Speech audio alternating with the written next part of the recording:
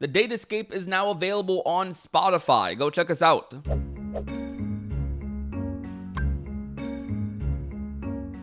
What is going on, ladies and gentlemen of YouTube? My name is Prodigy, and welcome to the Datascape. I'm here joined by my co-host, Noir Little Bomber, and we have a repeat special guest on today's episode to celebrate the launch of their new channel. We have returning Keycast. How are you doing? I'm good. How's everyone doing? Thank you for having me. I'm doing good. We're recording this the day after 4th of July, so I hope everyone had fun with the festivities if you celebrate, depending on what country you're in.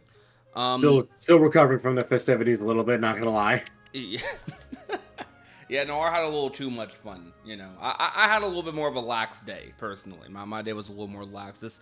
Most of us ate some food, saw a little bit of fireworks, but mostly food. That's what holidays are for me, an excuse to eat. Well, for me, I don't really get to party or celebrate as much anymore since I graduated college and I have to be a full-on adult now.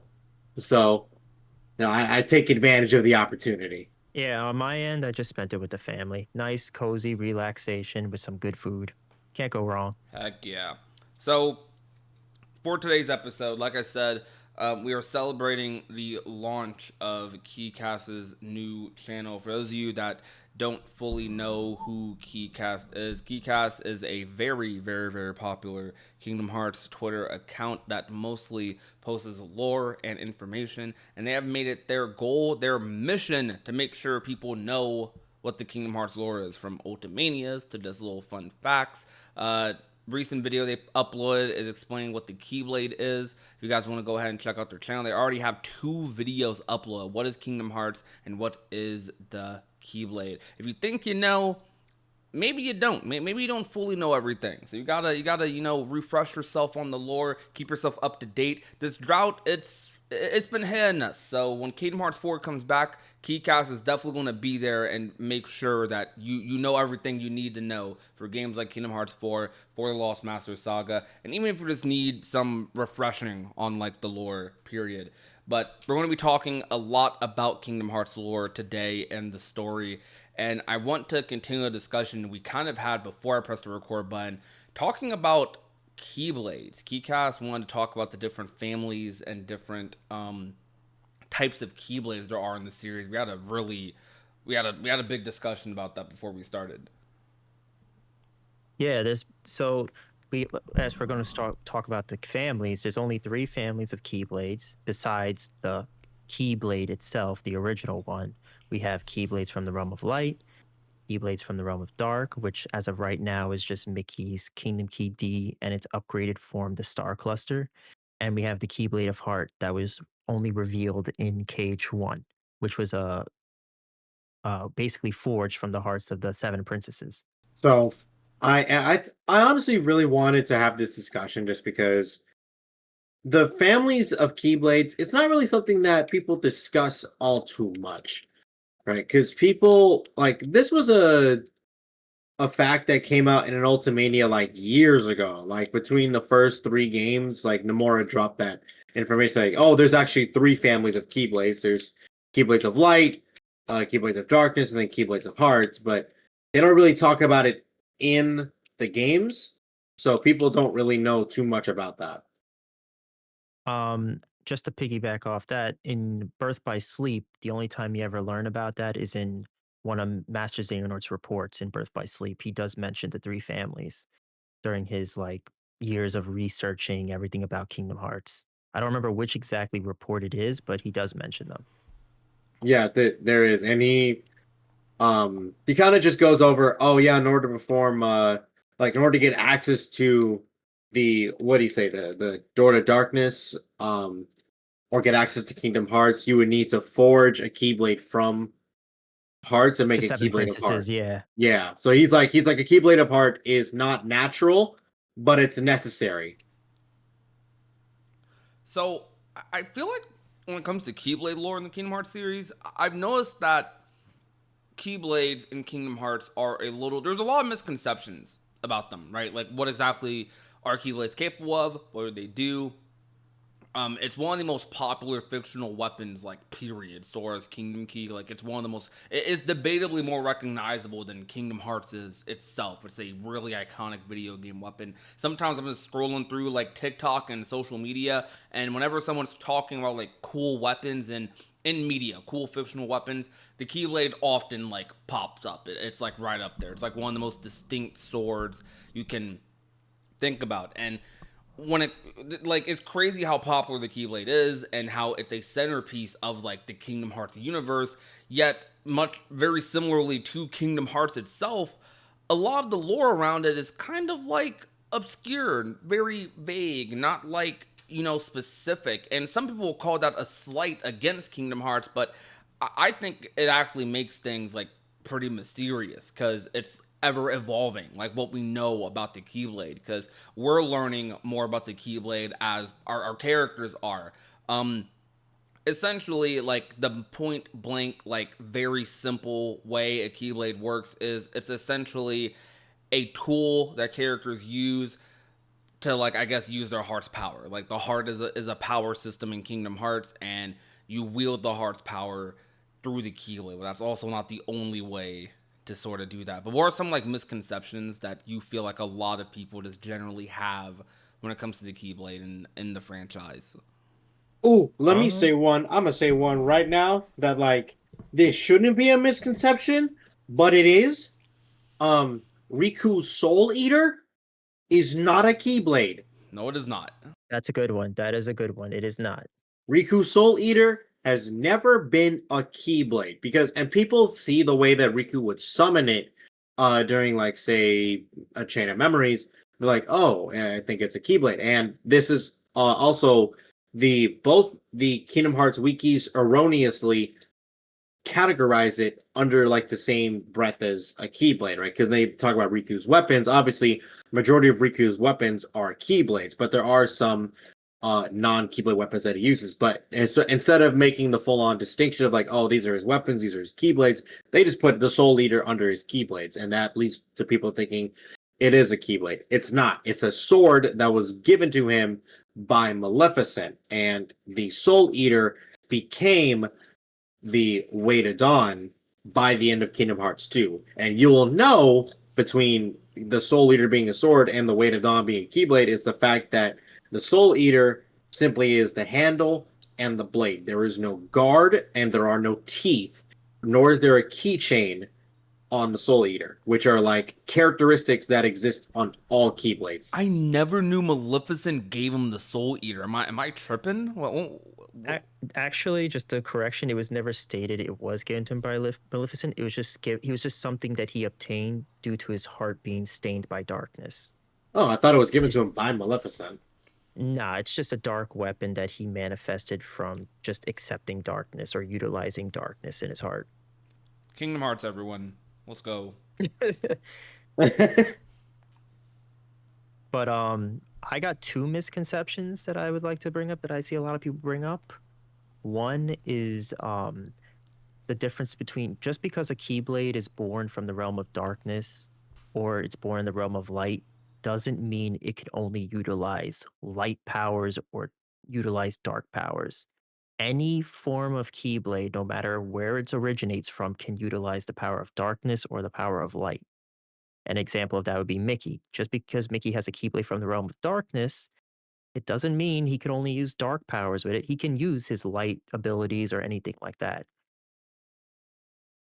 I've seen a lot of people try to say, oh, just because he has a realm of darkness Keyblade, that means it uses the power of darkness. No, any Keyblade can use the power of darkness. That's not a Keyblade's function. That's literally coming from the person themselves, if they choose to use it or not. Light and darkness And are basically just tools that any Keyblade can use. exactly, because you're channeling it yourself. It's your heart. Your heart has light. Your heart has dark. You just choose what you want to channel, and then the Keyblade is like, it will allow you to use the power. So like, There's no specific. theoretically, right? Or like kind of what we've seen. An example would kind of be the No Heart Keyblade, or whatever people want to call it. I remember back in the day people used to call it the Goat of No Atonement, Heart. but Xehanort's Keyblade. Oh, you mean No Name? Yeah, No no name. name. I said no heart. No Yeah, no name. name. Oopsie. No heart is a suit of armor. Yeah, yeah. My bad. My bad. But um with no name, a lot of people like you could see that in like key back cover, like the master summons in. A lot of people would assume, at least at that point in the series, while the master's like alignment's a little finicky in the franchise, um Lushu and a lot of like the foretellers were at one point, warriors of light in some way, shape, or form. That Keyblade obviously would end up being associated more so with evil doing and would be given to Lushu, but that Keyblade wasn't created out of that. I guess, if that makes sense. At least it's hard to really say. Like, I'm just kind of trying to add to the point that Keyblades they can be used for anything. They can be used for light. They can be used for darkness, but they're really just a reflection of the wielder that uses them. Yeah, exactly. And the second misconception I had was that a lot of people believe just based on design, a keyblade that tells you a keyblade's origin. And I always tell people, for example, Oblivion, Way to Dawn, or No Name, or even Vanitas's keyblade, they all look scary looking and evil looking. They're still considered realm of light keyblades. So don't go based off design either. Or frankly attributes for that matter, because really what classifies a keyblade being a light keyblade or a dark keyblade is where the keyblade was born. Exactly. So Mickey's is a realm of darkness keyblade because it was born in the realm of darkness. Yes, that is correct. And the only reason why it was born in the realm of darkness is because a keyblade first manifested on a world that fell to darkness. So if Sora obtained, let's say, for example, Star Seeker on Destiny Islands when it fell to darkness, a Star Seeker D would have formed in the realm of darkness version of Destiny Islands. That's That's actually really interesting to think about. that's definitely So fascinating. it is. It really is cool to think that, like, just because wherever you first obtain a Keyblade, if that world fell to darkness, a dark counterpart is also in the dark version of that world. So we talk about we're talking about like keyblades and different forms of keyblades and their families and stuff, but all these keyblades are derived from one, the keyblade. What is there any misconceptions or any like? Because I would say that keyblade is probably the vaguest of them all. What are your thoughts towards the Keyblade in Kingdom Hearts? And do you think we're going to see it returning soon? Do you think Sora wields it like after Kingdom Hearts 3? Do you think Xander bequeathed it to him? How does that work? What are your thoughts on that? Um, well, based on its whole like lore, the true Kingdom Hearts and the Keyblade have always coexisted together. So when Kingdom Hearts first came into existence, I'm assuming the Keyblade itself had to have come into existence as well. And since they go hand in hand, I'm gonna say when Sora sealed it, it disappeared. The Keyblade disappeared along with Kingdom Hearts. Also, because I don't think Sora would want something that powerful in his hands, because there's a reason why Keyblade Masters have always made it forbidden to summon Kingdom Hearts, simply due to the fact that the Keyblade will unlock it, and then all worlds will just get purged and everyone in them. That's its sole purpose. Kingdom Hearts' sole purpose, if you're using that Keyblade, is to just purge everything. Kingdom Hearts is a big reset button, essentially. At least that's how they described it in KH3, which I actually thought was really interesting, and I thought was like, some people felt maybe a little underwhelmed by it, or maybe rather than feeling underwhelmed, they felt like with all the stuff that happened with Xehanort, and we know how it's a little divisive. Some people feel like Xehanort got off a little too easy at the end, considering all he did.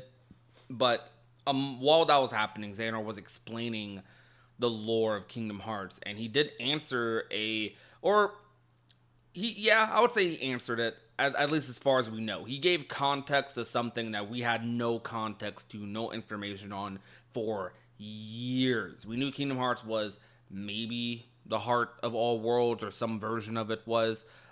We knew that Kingdom Hearts, like it was this big important, like, I guess, kind of entity thing.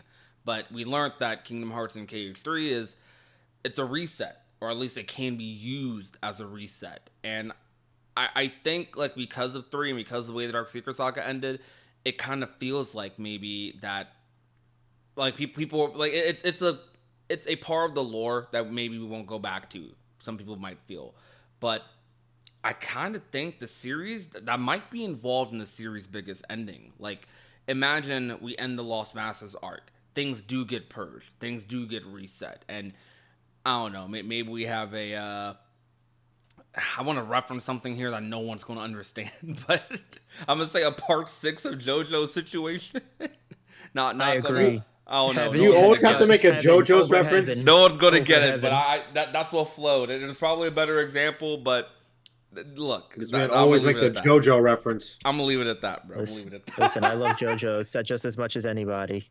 Everyone's like, you had me in the first half, and then you ended it off with JoJo. Look, But what? yeah, to go back on the Kingdom Hearts, all we know from all the lore we've been given, Kingdom Hearts is just a giant light source that gave birth to the universe, gave birth to the people, and all the hearts in existence. So it has the power to create and it has the power to destroy. That's all we got from it.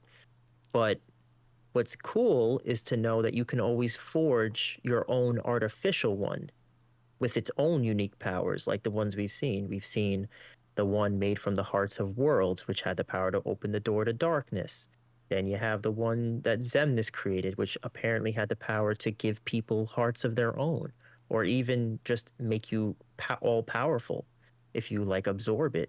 So we don't. It's possible in KH4 we might see a new artificial one, if anything, if we don't see the true one ever again. I feel like, rather than using the term artificial though for those, because we in the series they refer to those as that those aren't the actual, like, Kingdom Hearts. That's what, like, these villains, like, thought they were, but really it's like layers to it. Those were the layers to what the real Kingdom Hearts that we saw in KH3 for the first time was. At least that's, like, my interpretation. Like, I feel like these other Kingdom Hearts that they use, like the one for the Door to Darkness, I feel like after we found out that wasn't really Kingdom Hearts, it was just the Door to Darkness. Like, that's just what we, like, refer to it as, the door to darkness at the time. And, like, I guess there's something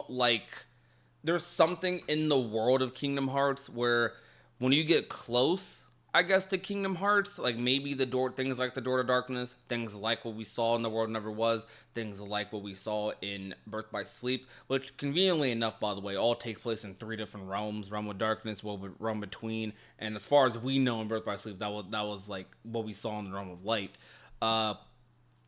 It's like all those, like, realms and things, like, have their own, like, version of, I guess, of a Kingdom Hearts, but, like, not really. Like, I don't know. It's like when you get close to Kingdom Hearts, you find these things that imitate it. You know what I mean?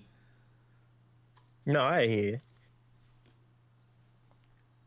So something that I actually wanted to think about, just based on this conversation, because I have heard, or I forget where I saw this, but something I read basically said that the Keyblade that Sora, or that Xehanort gets, that Sora uses at the end of Kingdom Hearts 3, is not the real Keyblade because it wasn't used from the same elements or the same components that made up the original Keyblade. I mean, that could be possible, I guess. Like I said, we don't know because technically Xehanort was just trying to reforge something. So his method of reforging it just made sure he gathered the necessary pieces that had the elements that the original one broke into. So the original one shattered into what, 20 pieces, 7 pieces of light, 13 pieces of darkness. So he figured if he gathered those similar pieces or elements that represent them and tried to, like, forcefully clash them together, like you're trying to put pieces back together, it would make it reappear. So I want to say it is the real one because he did summon the true Kingdom Hearts. And in Lushu's reports, it basically confirms that Xehanort did summon the true Kingdom Hearts. So I would say that was the real original Keyblade that shattered long ago. Otherwise, I don't know how he would else be able to summon the true Kingdom Hearts without it. Well, as far as I'm not sure about the 13 darknesses, but I do know that the 7 lights became the princesses. That's a misconception. And I will actually admit that I fell for that misconception. If you go back to watching Yensid explain the story about the ancient Keyblade, I thought originally when I paid attention to the cutscene, they were specifying that the 7 lights became the princesses. No, he says the Keyblade shattered itself into 7 pieces of light to protect the amount of pure hearts that already existed in the world. It never said that the 7 pieces became the princesses. Yeah. Huh. Yeah, so that's actually a pretty big misconception that even I didn't realize until I double checked. Yeah, the Guardians are basically just protect. Like they're strong enough lights that are able to protect the princesses, and through clashing with them, you can still create the Keyblade even without like capturing the princesses. Yeah, and it's only because they have pure hearts of light. Like Yeah. again, the only components to reforging this Keyblade is 7 lights and 13 darknesses. And what better to get 7 lights from than the 7 princesses of hearts that are devoid of darkness? They just have light in their hearts. Wait, Keycast, can I test you right quick on live on? Well, I say live, but we're recording this. Can I test you live on this recording?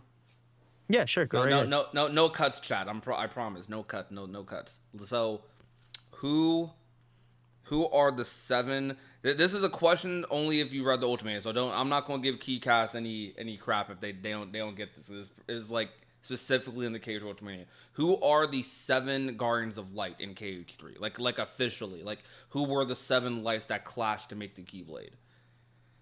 So are we talking about the ones that were started off officially, or are we talking about post KH3? No, like the ones that the ones that officially clashed during KH3, because like one of them was replaced during KH3. Well, I know Terra and Roxas replaced Axel and Kyrie. Yep. Xion participated, but she only participated for a little bit, but she doesn't count because she still represented the 13 darknesses. That's actually crazy. So like guys, I gotta tell you, Keycast knowing that, guarantee you like maybe 2% of KH fans know that, and I'm gonna get a couple people within that 2% commenting because I said that now. But look, you're within the 2% too. But now more of you know, because that's I don't think it really makes it 2% anymore. He said what? No, I don't think it becomes 2% anymore. maybe not 2% anymore, but you know, I mean, big fandom. It's a big fandom. We have our little tiny corner, small percentage. You know what I'm saying? But yeah, okay. You said like the exact ones too, and that's kind of crazy. But yeah, they were replaced by like Kyrie and Lee during KH3. A lot of people would probably think like, okay, technically maybe that counts as a clash. Like you're probably not thinking about it that deep, right? But Terra when he returned and Roxas when he returned, they basically replaced the 2 Guardians that went away.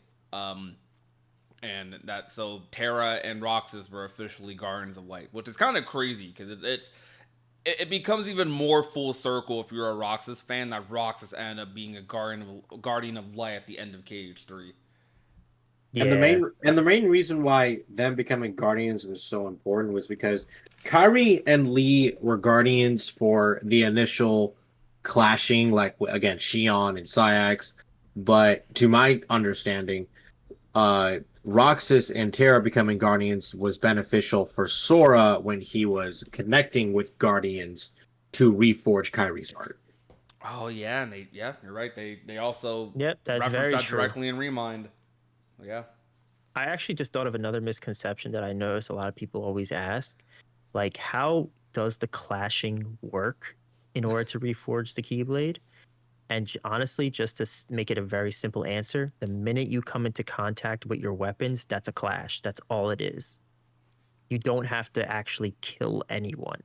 You just need to clash. Like literally the moment their weapons come into contact with each other, that signifies a clash. Yep. Yep, and I will mention because there was a discussion about this the other day in John's Discord server, but someone was pointing out that like, oh, what about Ansem and Xemnas at the start of the war? Like, there was no Keyblade that was formed from them yet, and I was like, that's because they really weren't fighting. Like, they kind of took a back seat, and let either Zigbar and Dark Fans Riku or are the former vetted. organization members fight on their behalf. They were just setting up the stage. Those who answer. Yeah, exactly. They were just supporting characters waiting for the very end. Because and BioRox has actually pointed this out in his breakdown for one of the videos, but he's like, if you look, like you'll see, was it you'll see like this weird sparking effect when the weapons meet, like when Sora deflects Zigbar's bullets or something like that. You'll notice like there's a sparking effect. He's like, I think that signifies a clash, and I kind of agree with him. That's good That's good observation.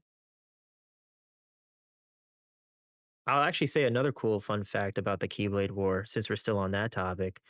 If you notice, and a lot of people never paid attention, when Terra gets resurrected from being the Guardian at the Keyblade Graveyard, Ansem no longer has access to him during his boss fight with the 3 Xehanorts.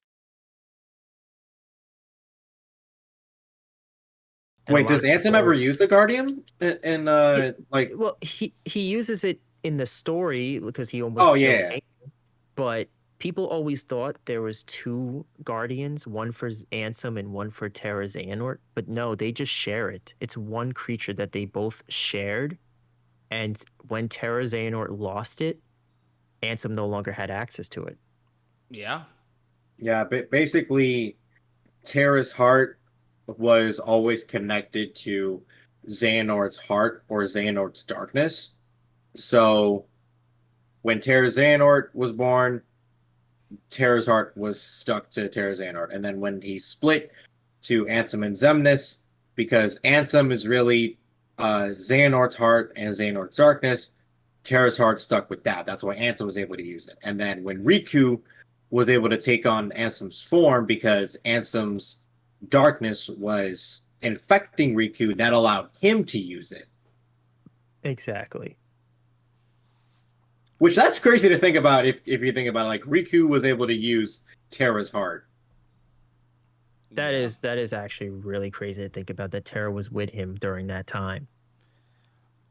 I think this opens up an interesting discussion about like how throughout the series of Kingdom Hearts, it's at a surface level a war of light versus darkness, but over time it, while still being that story to a degree, it also became a story about like the different types of darkness, good and bad darkness.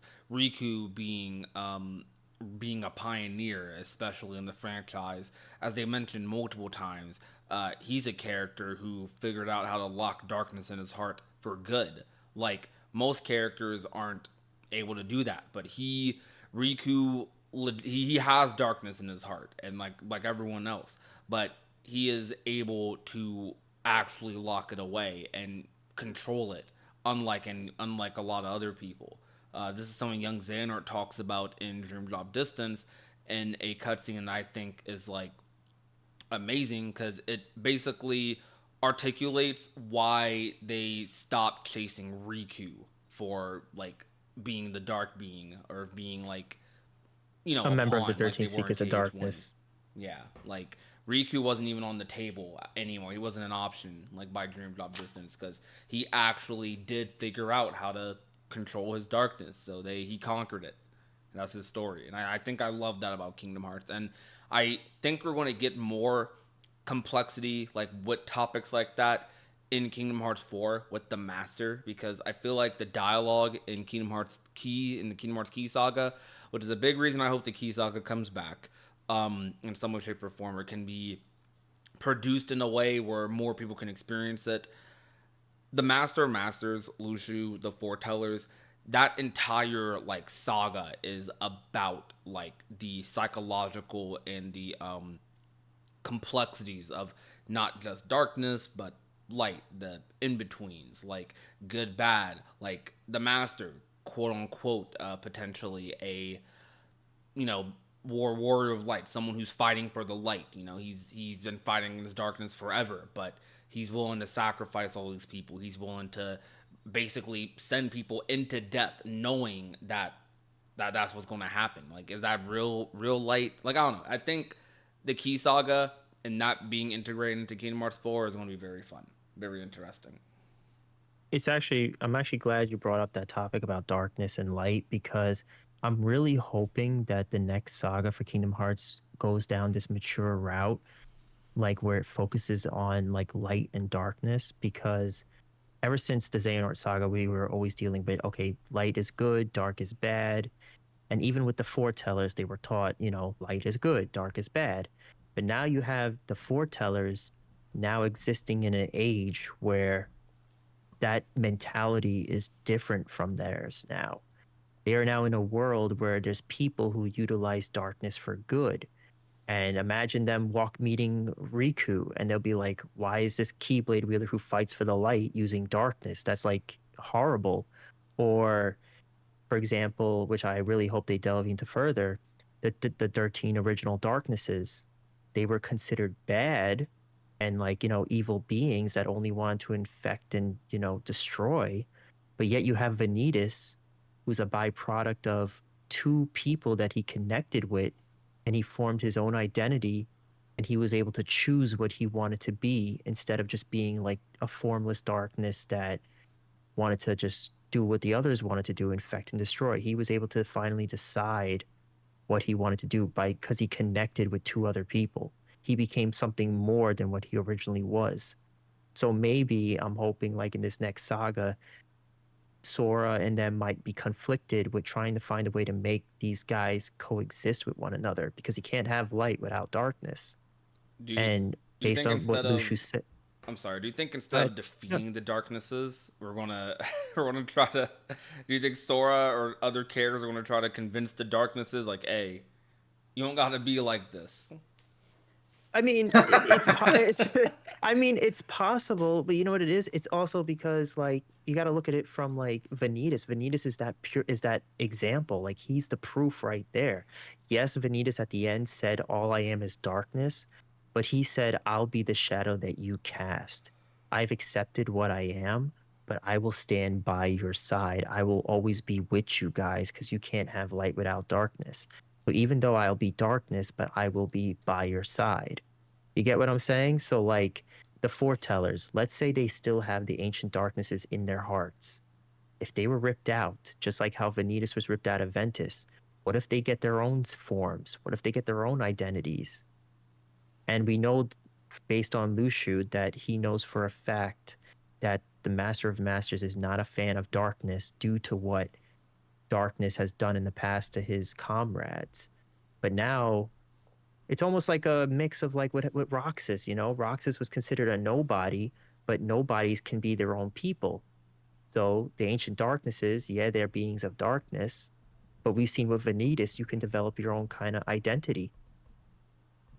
Yeah, but and like while Vanitas was able to form his own identity, it created a whole new set of problems for Vanitas, because yeah, he was able to be his own person. He now had his own physical form, his own name, his own personality, but unfortunately, it was so tied to another person that his life goal was to merge back with Ventus, because like unfortunately, and people may not understand this about Vanitas.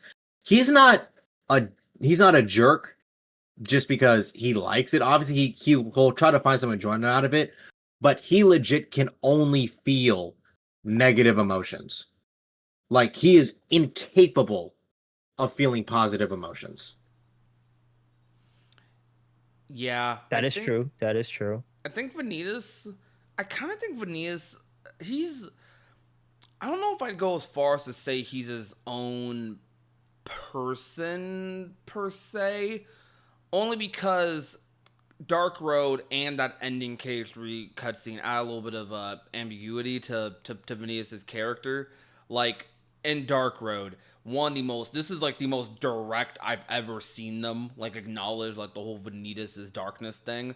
Um, that cutscene where Xehanort, by the way, is just yapping. Like Xehanort's interesting because Xehanort knows a lot of information that I guess he can know because he was a student in like the Dark Road end of Missing Link era, whatever time period you want to call that. But like he's over here explaining the lore. Like he knows exactly what happened to these foretellers, to the Lost Masters. And he's saying all this to Vanitas. He's talking about the darknesses. And then he looks at Vanitas and he's like, look, you ain't from Ventus's heart. So I don't know why you pretending to be. and then Vanitas is like, what do you like? Like, I wish this scene was voice acted because like, I feel like if it was voice acted, you would feel the mood just shift when Venus is like, I don't know exactly what he's basically like, well, what do you mean? And I don't know, like what do you mean? And then Xehanort just decides, it doesn't matter. Like right after, like I feel like that moment right there in Dark Road adds a lot of like mystery surrounding Venus's overall existence, hinting that he is one of those like darknesses. But I don't know. Like I don't know if they're gonna go a route where they try to make it so that these darknesses can also choose to be good people or better people, or if they're going the route where they're going to have to tell Sora, because you talked about a more mature story, they go a route where Sora has to learn not everyone can be changed. Some people are a little hopeless. Some people, or some beings like are what they are. Like darkness is Master of darkness. Masters. Darkness is darkness. They're going to destroy. It's by nature they're going to destroy. Like I wonder if it's going to be a hard pill for Sora to swallow, or if it's going to be a fight to change. Like I really wonder what type of story they're going to try to tell here. Well, I don't think Sora is, because the thing with Sora is when he is like attempting to change someone, it's because he feels like on some level deep down like some sort of connection, or feels like he can connect with someone. Yeah. Because he never tries to convert Maleficent or Pete. He'll never try right. that, right? Because Exactly. he knows that they are lost cause. He knows that like they're gonna do what they want, and there's nothing like I can do to stop them. So the most I can do is just stop them in their tracks. Yep.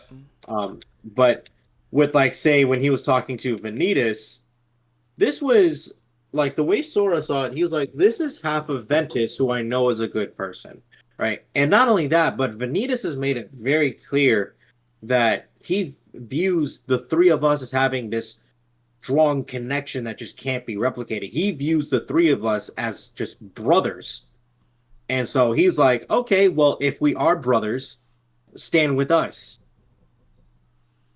Yeah. So, Geekcast, I have a question to ask you. We're gonna get into some theory talk a little bit. We've been bouncing around theories here and there in the podcast, but I'm gonna hit you with a big one. Since we're talking about the Key Saga, what's in the box, bro? Oh God, what's in the box? What's in the Loaded box? question. What's the twist?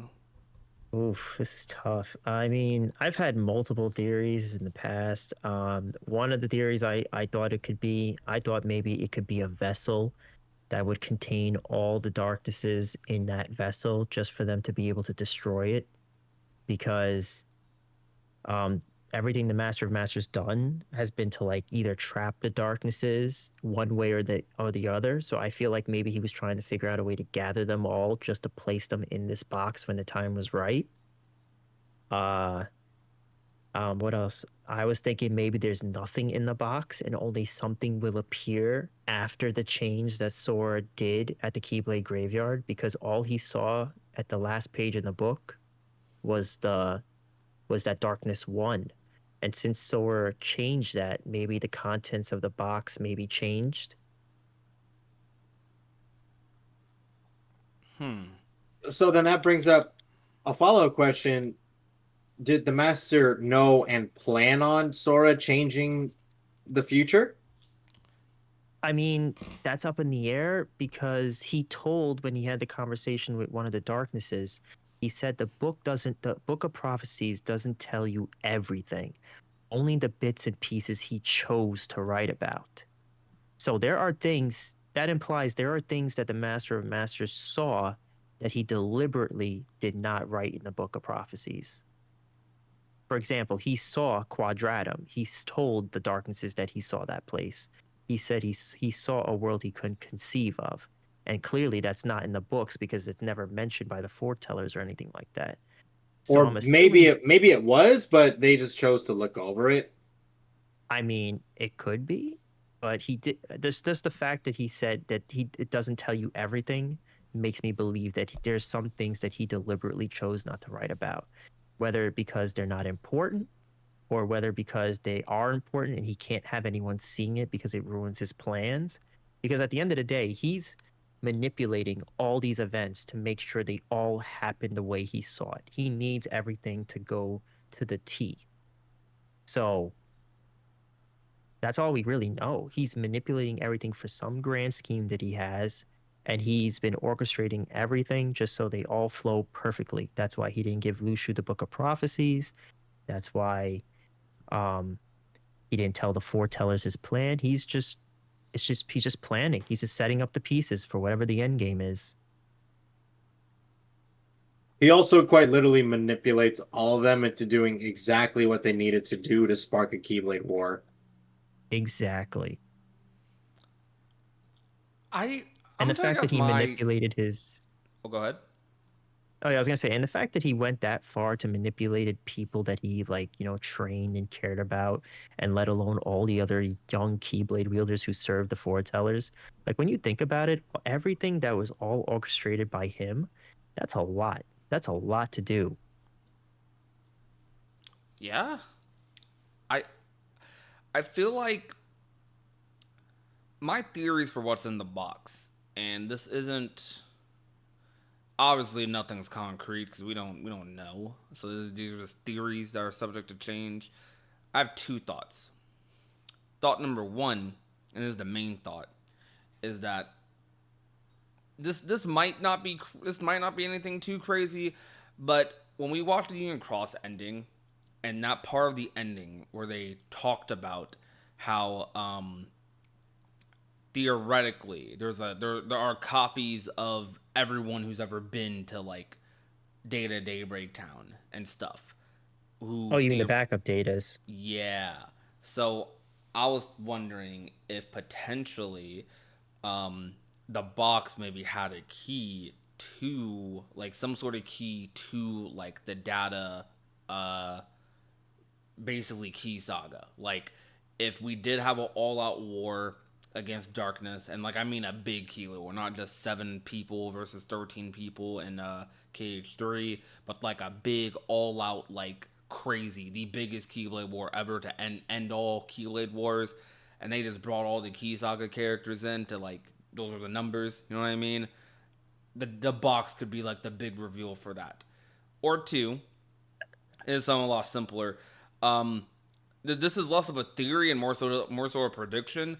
The box is something we cannot fathom. Like it probably doesn't matter to what we know right now. Like it's going to be a new thing, a new plot element that like changes the game or something like that. I don't know.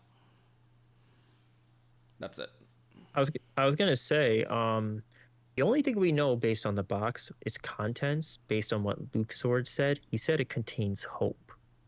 So throughout the series, the only time I could think about where we've ever heard the word hope is when the Master of Masters keeps telling Ava that she is hope. Like she is the one that will give hope to the future. Yeah. So I made a joke post a while back saying that maybe Ava's in the box because he calls her Hope, which I don't think that's the That's case. crazy. But but it maybe when he says this hope, maybe it contains I don't know, maybe it contains, like you said, backup data of people. What if it's the backup data of the Master of Masters' old comrades and friends. Maybe he wants to bring them to Quadratum, a world where light and darkness doesn't exist, so they can have a second chance at life. Because he said when he was just a boy, the Keyblade War was already happening. So imagine being a person born into a world where there's a horrible war happening and people are just losing their lives. Maybe he wants to give them like a sanctuary. Yeah. You know, so you it seems like you side with the master potentially being a good guy, right? There's kind of like messing around right now, making you think that he's probably a bad guy, an antagonist, like a fake antagonist, if that makes sense. But he really is on our side. It's in a really demented, roundabout way. Yeah, demented way. Yeah, going good, but going about it just absolutely the wrong way. Yeah, I this this makes me think, and I think this is the perfect transition to talk about Quadratum because that is the last place in timeline that we see the Master. So I have a very specific question for both of you. How are characters getting to Quadratum outside of like dying or quote unquote dying? Because Strelitzia's circumstances, I think, are a little weird, a little wacky, just because of that ending in Union Cross. But Sora, he's there out of like, he abused the power of waking.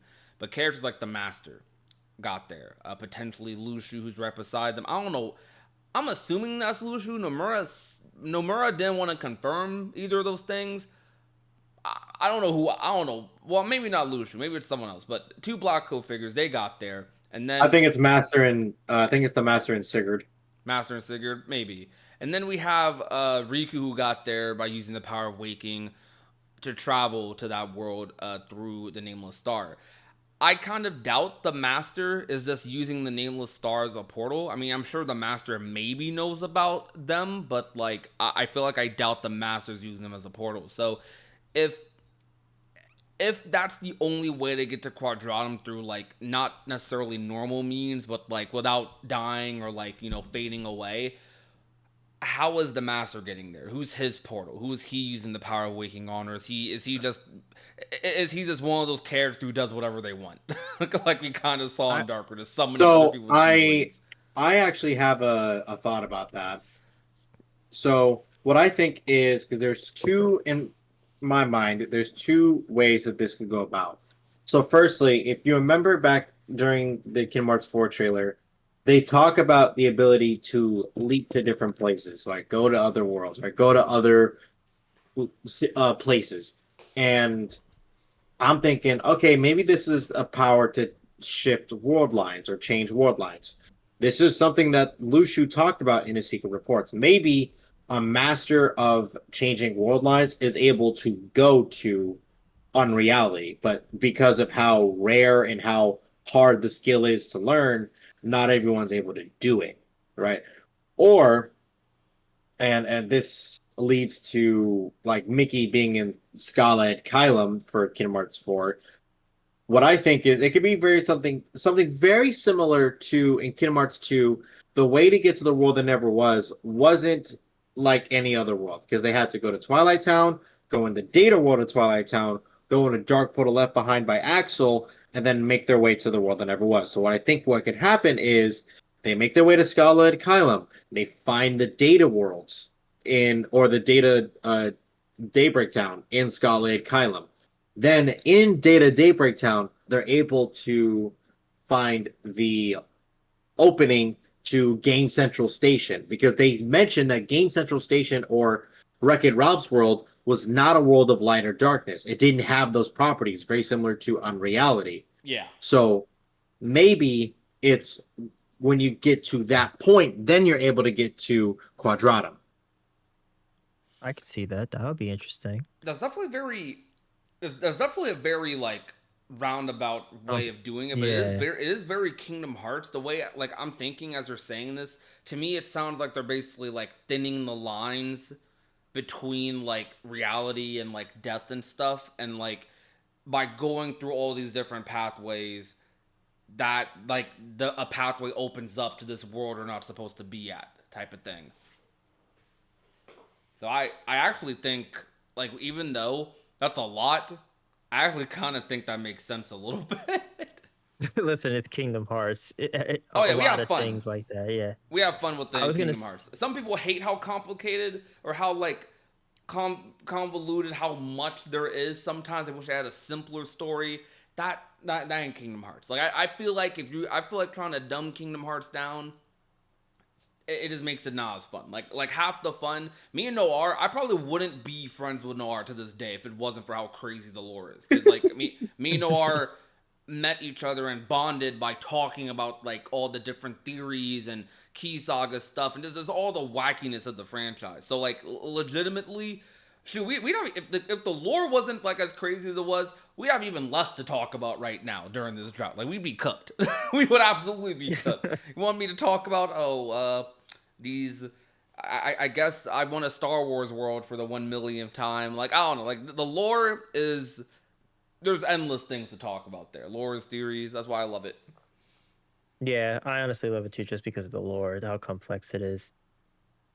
So for me, when it comes to how to get to Quadratum, obviously you have, like you said, you have the nameless star, which I don't think the Master is just popping himself into the final world and just finding people who are from there, bouncing his way over. He could. Um, there's also the breaking the nature taboo way. There's also, well, then there's the mysterious way we don't know about, which I'm pretty sure Missing Link was going to explain because Yen Oh. Sid told Mickey he wants him to go to Scala because he heard that ancient Keyblade wielders from Scala found a way to cross over to a world that sounds very similar to where Sora is. So, like Noir said, maybe Mickey will find a book. Maybe he'll find something that will give him a hint to how to get there. Maybe it will have some connection to the astral plane, which Missing Link was supposed to explain. And this is why I'm a little upset that Missing Link got canceled, because so much story that probably would have impacted Cage 4 and gave more insight was going to be explained in that title. And now we probably might not get it. Maybe they'll add it somehow in Cage 4, but that's what I was looking forward to most about Missing Link. Same. I was looking forward to the lore a lot, and I'm sure as you've seen on Twitter, I've been pretty vocal about how I feel towards Missing Link. Despite that, I still I want lore, man. I want Kingdom Hearts anything, but like I I'm not as worried about 4, but you did make me think just now. Like I had this crazy thought. Like, wait, are you trying to say like all the people in Quadratum might just be like Missing Link characters that we like Missing Link player inserts? Because I'm sure that's what most of like Quadratum's like population was going to be, similar to Union Cross's player character inserts. But I was gonna make a joke about that because, just sorry to cut you off just real quick. no, it's fine. Nomura explained in an interview that there was a reason why he wanted Missing Link to have a GPS function. There's a Yeah, reason behind it. And my theory was that when we play KH4 and we go talk to NPCs, their names would have been our characters' names from Missing Link inserted in the civilians of Quadratum, since it's supposed to be like our world. I think I don't know if they. That just makes me more sad and more upset. Well, that sounds really cool. I honestly don't think that would have happened, only because I remember we had these same not to this degree, admittedly, and I will admit, Kingdom Hearts 4 already off of its first trailer had more tie-ins to the mobile games than Kingdom Hearts 3 did. By the time it came out.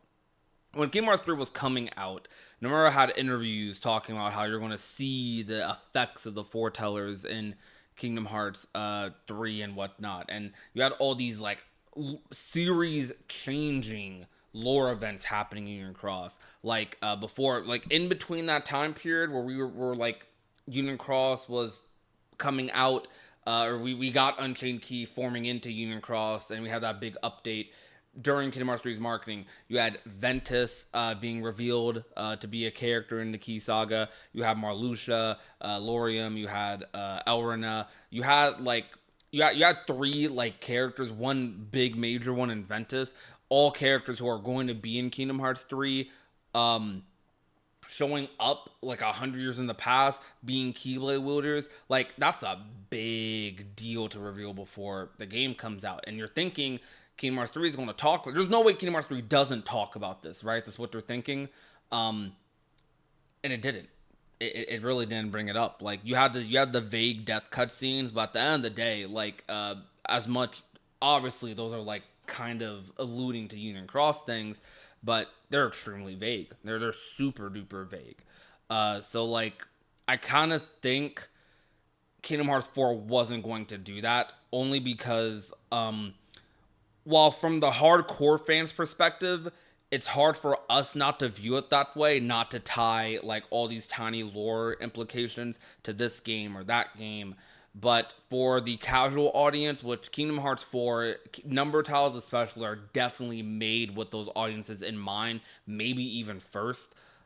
I don't think they were going to make Kingdom Hearts 4 story super reliant on a mobile game. That probably wasn't going to be finished when it came out, and probably was going to still have a lot of ongoing story like after KH4. So I think at most they'll have to do a couple of rewrites. Hopefully they're not too significant.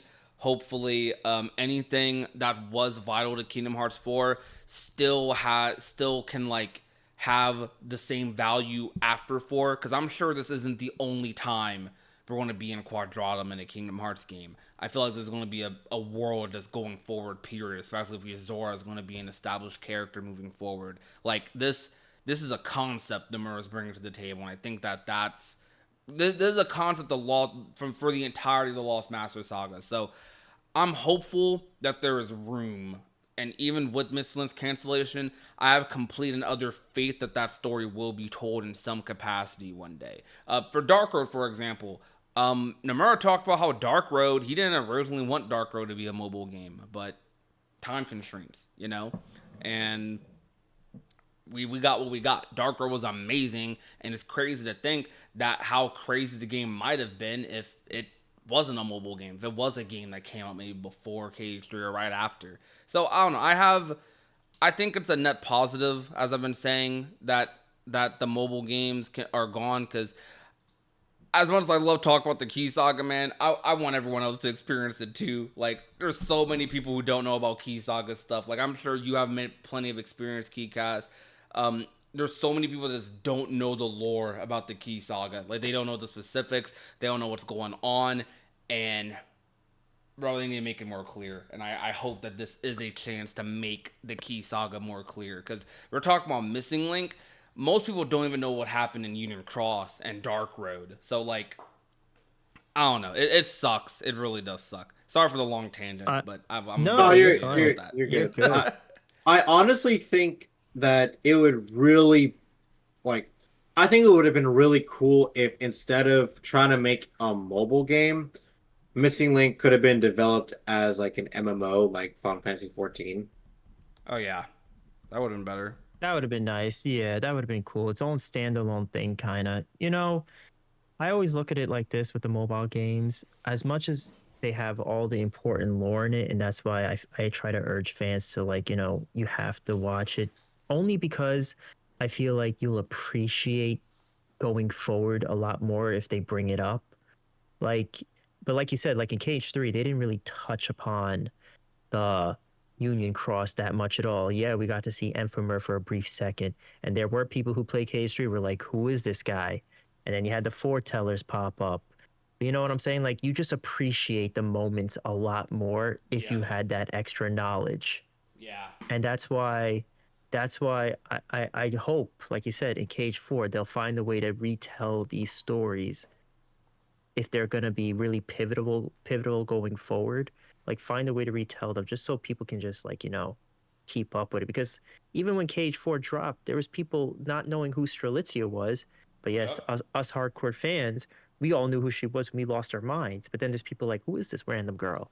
You know what's crazy about that? If you go back and watch that 20th anniversary recap, the crowd, I'm gonna use a wrestling term here, the crowd like pops. Like, meaning they got loud when they saw Strelitzia. we know Japan likes handheld gaming a little bit more. People have been saying that for years, but it does seem to be very true and seems to apply to Kingdom Hearts as well. Like I feel like if you had an event like that happen in the US, I have this feeling that a lot of people might not have reacted. You would have had a couple people react in the crowd, but not go crazy. But like in Japan, like the crowd like got loud when they saw Shrilliza. That's probably like the loudest part of the trailer for a lot of them. It was just very interesting. Like, whoa, Japan knows their Union Cross lore. Okay. Isn't that I the reason respect them so why? much for that. I was gonna say, isn't that the reason why we have Kingdom Hearts mobile games? Mostly because of how popular mobile games are in Japan. Isn't that the only like one of the reasons? Well, mobile games. Square Enix has been trying to do mobile games for basically 2 decades with Kingdom Hearts. The Kingdom Hearts mobile game history uh, goes pretty far back to VCast. I know while that's not Square Enix, Kingdom Hearts VCast was a mobile game. That was the first KH mobile game. Like I forget the exact year, but it was sometime in like the mid 2000s. Then you had Coded on mobile. You had a game called Kingdom Hearts Mobile. And you had three things before Unchained Key even like released, and you had a canceled project called Fragmented Keys. I think a little bit before Unchained Key, if I'm not mistaken. Um, and then we have the pipeline we all know: Unchained Key, Union Cross, Dark Road, and the canceled Missing Link. Kingdom Hearts mobile game history is pretty extensive. They've been trying to do mobile for Kingdom Hearts for a long time, and it's the same for other popular Square Enix franchises too. So it's pretty extensive. But I don't understand why they don't realize, like, yeah, you're getting all these mobile games, but eventually they shut down and die. That's it. Once they shut down and the servers are done, there's nothing else to Yeah, them. I think Square Enix is a little late, and I think they tried to prioritize it with Kingdom Hearts a little like late in my opinion. Well, I won't say late. I think Union Cross Unchained Key that was at the right time. Like I think Union Cross was a fine mobile game. I still think they maybe shouldn't have been canon in retrospect, but I also in retrospect think that story is so freaking good. But I feel like it's a bad thing when after experiencing a story, everyone's already asking for a remaster, already asking for a movie. You know what I mean? Like we just got this. Like okay, no one says that about like I won't say no one, but most people aren't saying that like after playing KH2 or KH1. Like bro, they need to remaster, remake this game. Like I think a lot of people are like, I like this game as it is. It'd be cool if it got a remaster or remake, but like I love this game. You know what I mean? Um, the mobile games, like people aren't saying it as like a want. It's like a necessity. Like I feel like there's like a little bit of a difference there. Like it's a necessity because people they aren't like the same as the console games. They're just not. It doesn't hit the same. It It really really doesn't. doesn't. And despite that, I think that's to attribute to Union Cross. That's it's insane how good those stories are, how excited they got me, how emotional they got me in the format they were in. So I'm like, if this was like if this game did have the budget of KH3 or something like that, it might be my favorite KH game. Like genuinely, it'd be insane. I, I honestly agree. But that's why everyone's hoping now for, I'm just seeing so much talk on the internet, Kingdom Hearts 3.5 collection. Oh yeah. Oh, I'm that's a can of worms. Do we want to get into that today? uh up to y'all. Hey, freeform. Hey, I'm okay. I'm okay. You want to start I'm us off? I'm okay. Fine. I am game. Thoughts? As Yeah, just tell us your thoughts on it. How do you feel about a 3.5 collection, and what would you like it to include if it was to be a thing? I have made it very clear to people talking on Discord and just on Twitter that I welcome the idea of a Kingdom Hearts 3.5. And there are multiple reasons for that. Firstly, giving Kingdom Hearts players just something else to consume while we're waiting for Kingdom Hearts 4, right? Because that was like one of the bigger things that 1.5 and 2.5 was, right? It was a way for just us enjoy more Kingdom Hearts releases while we were in this last stretch of waiting for Kingdom Hearts 3, right? Because realistically, there were games that we already played before until you get to 0.2. But for the most part, it was just we already played one with Chain of Memories, two Birth by Sleep, right? But another thing is that it allows them to just add more stuff that they weren't able to before due to time constraints, right? And that allows them to just make the story feel a bit more fluid or more consistent. Not to say that the Kingdom Hearts story is not consistent at all, or like it isn't consistent because it is, but like obviously there are a lot of fans that don't, when they digest it, they don't fully understand everything. So a little extra explanation could really just go a long way. But another thing to follow up on your question, what do I think would be in Kingdom Hearts 3.5? I think it should be so firstly, obviously the main thing, Kingdom Hearts 3 plus 3 mind. That's the main kicker. That will be like the meat of the collection, right? Because it is just the biggest thing. And Now, wait, now, are we saying just like Kingdom Hearts 3 with Remind as the way it is, or would it be like an upscaled version, or like what is it just the base game? I think it would be an upscaled version. I think it would be because I think at the very most it should be Kingdom Hearts 3 Final Mix that Okay. has like Remind attached to it. It integrates stuff not only for the end portion of Kingdom Hearts 3, but also post Kingdom Hearts 3 in its story, just implemented in the middle of the base game. That way it changes the base game altogether, right? Adding up a whole bunch of other stuff to Kingdom Hearts 3, that would really just benefit a lot of players. They don't have to worry about making a brand new secret boss or whatever, or maybe not even a new secret ending because we already have that with the secret episode of Kingdom Hearts 3, but or with Remind. But I think just adding more stuff to the base game would just make it a final mix thing, and I think that would really help it a lot. Um, Next would be Melody and Memory.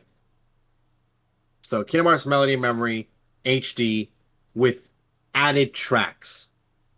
I think that's the main thing. They have to add more tracks to Melody and Memory because there's a lot of Yes. things that I expected in Melody and Memory that we did not get. And I'm like, I am baffled because they didn't include, and thank you to my friend Chari5 for pointing this out in one of his videos. They didn't include Swim This Way. If Swim This Way was one of the songs in Kingdom Hearts 2 when you visit Atlantica. That was an original song for Kingdom Hearts 2. They didn't include an original KH2 song in a Kingdom Hearts game about music. That's kind of There's something depressing. even worse than That's a little that. depressing. No, there's something way worse than that, Noir. They didn't include Nachtflugel. No. There's no Dearly Beloved in the game. Oh my god. That's just terrible. Oh Dearly my That Beloved. is gosh. that's a crime. That's a That's crime. what I'm saying, bro.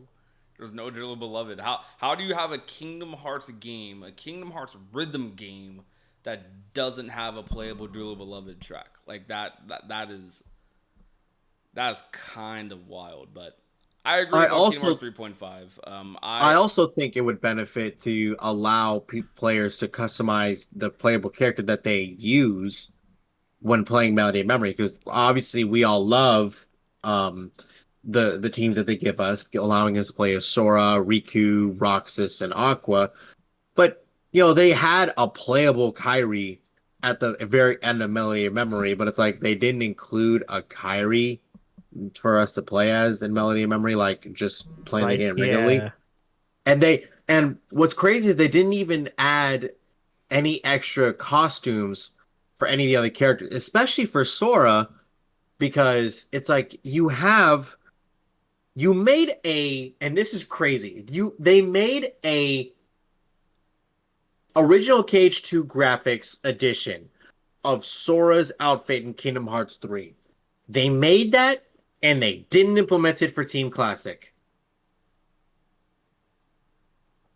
That's a Yeah. shame. That's a shame. You know what? My biggest disappointment with Melody of Memories was the multiplayer aspect. You Yep. couldn't really invite Ooh. your friends. There was no way to invite your friends. You had to pair up with random people around the world. What if I wanted to like share a friend code or something just so I could personally challenge my own friend to it? You know how many people in the KH Twitter community would have been sharing friend codes just to challenge each other? Yeah. Me and Prodigy had to coordinate uh getting together on Melody and Memory. We had to coordinate that. It was just so hard, and that was one of my biggest disappointments. I wish they would have updated it eventually, but they never did.